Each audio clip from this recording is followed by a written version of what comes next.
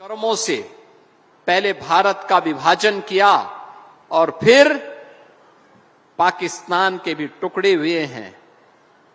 अभी अन्य टुकड़े होने के इंतजार भी करिए, पाकिस्तान और टुकड़ों में बंटने वाला है।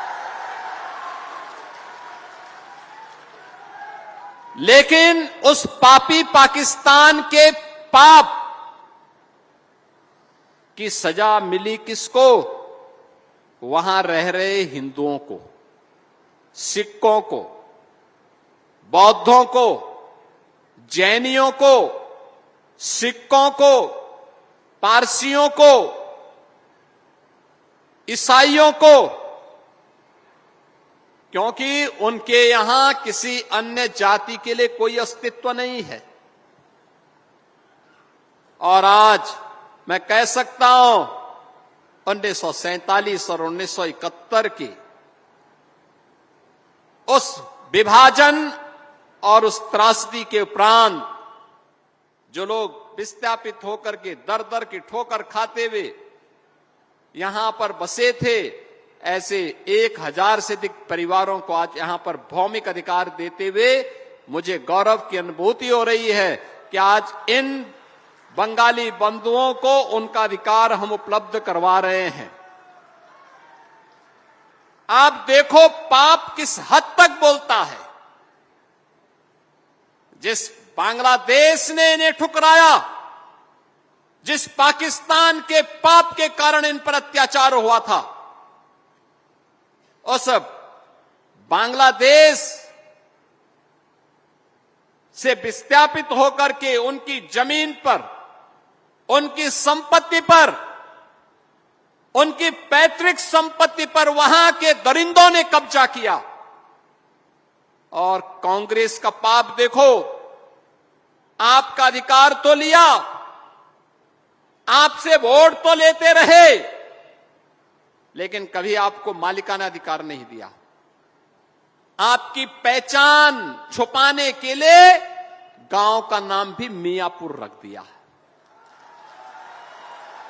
आप सोचो, एक भी मियां नहीं, लेकिन नाम मियापुर। अब ये मियापुर नहीं रहेगा। अब बांग्लादेश से आए हुए इन बंदों की इस बस्ती का नाम रविंद्र नगर होगा। रविंद्र नगर, गुरुदेव रविंद्र।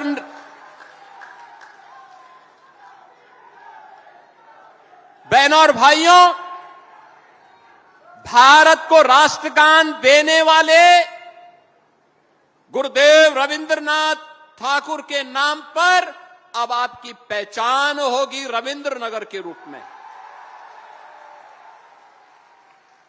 बंगाल की भूमि तो भारत की आध्यात्मिक और विरासत की भूमि है। भारत को राष्ट्रगान गुरुदेव रविंद्रनाथ ठाकुर ने दिया और भारत का राष्ट्रगीत भी बंकिम चंद्र चट्टोपाध्याय जी ने दिया। यह वर्ष राष्ट्रगीत वंदे मातरम के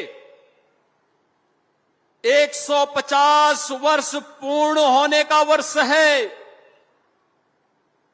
और इस वर्ष में आपको अपने जिस जमीन पर आप आज से दशकों पहले आकर के बस रहे थे, लेकिन मालिकाना अधिकार नहीं मिला था, आज ये मालिकाना अधिकार, उस भूमि का आपको प्राप्त हुआ है। इस अवसर पर मैं आप सबको हृदय से बधाई देता हूं, अपनी शुभकामनाएं देता हूं। और दशकों पूर्व जो वायदा आपके साथ, अधूरे वायदे आपके थे, आज मोदी जी की ओर से उसको पूरा करने के लिए मैं आपके बीच आया हूं। आज उसी वायदे को, और ये वायदा ही नहीं है, ये न्याय, सम्मान और उस मानवीय पक्ष को लेकर के भी हम लोग आए हैं जो प्रधानमंत्री मोदी जी के सबके साथ और सबके विकास के उद्घोष में गूंजता है। आपके साथ ये न्याय है कि आपको अधिकार मिलना चाहिए। और ये उस कहानी को भी कहता है बहनों और भाइयों, ये उस बारे में भी हम सबका ध्यान आकर्षित करता है, हर भारतवासी का ध्यान आकर्षित करता है। याद करिए, बांग्लादेश में हिंदू प्रताड़ित होता है, सिख प्रताड़ित होता है, बौद्ध प्रताड़ित होता है, जैनी प्रताड़ित होता है। उसकी आस और उसका विश्वास भारत की तरफ होता है, वो भारत की तरफ देखता है। भारत उसको न्याय देगा, भारत उसके साथ खड़ा होगा। भारत उसके साथ किस रूप में खड़ा हो रहा है, आज इस रूप में आप देख सकते हैं। जब आपको भारत की धरती पर, यद्यपि आपके पूर्वज बांग्लादेश में रह रहे थे, लेकिन आपको मालिकाना अधिकार प्रधानमंत्री मोदी जी के कारण आज भारत में मिल रहा है। उत्तर प्रदेश की धरती में, लखीमपुर में उपलब्ध हो रहा है। यह है भारत की पहचान। इसलिए न्याय की लड़ाई है ये। सम्मान की इस लड़ाई को, स्वावलंबन की इस लड़ाई को और मानवता की इस लड़ाई को, जो संघर्षों से आपने प्रारंभ की, आज सम्मान के साथ आप उसे प्राप्त कर रहे हैं।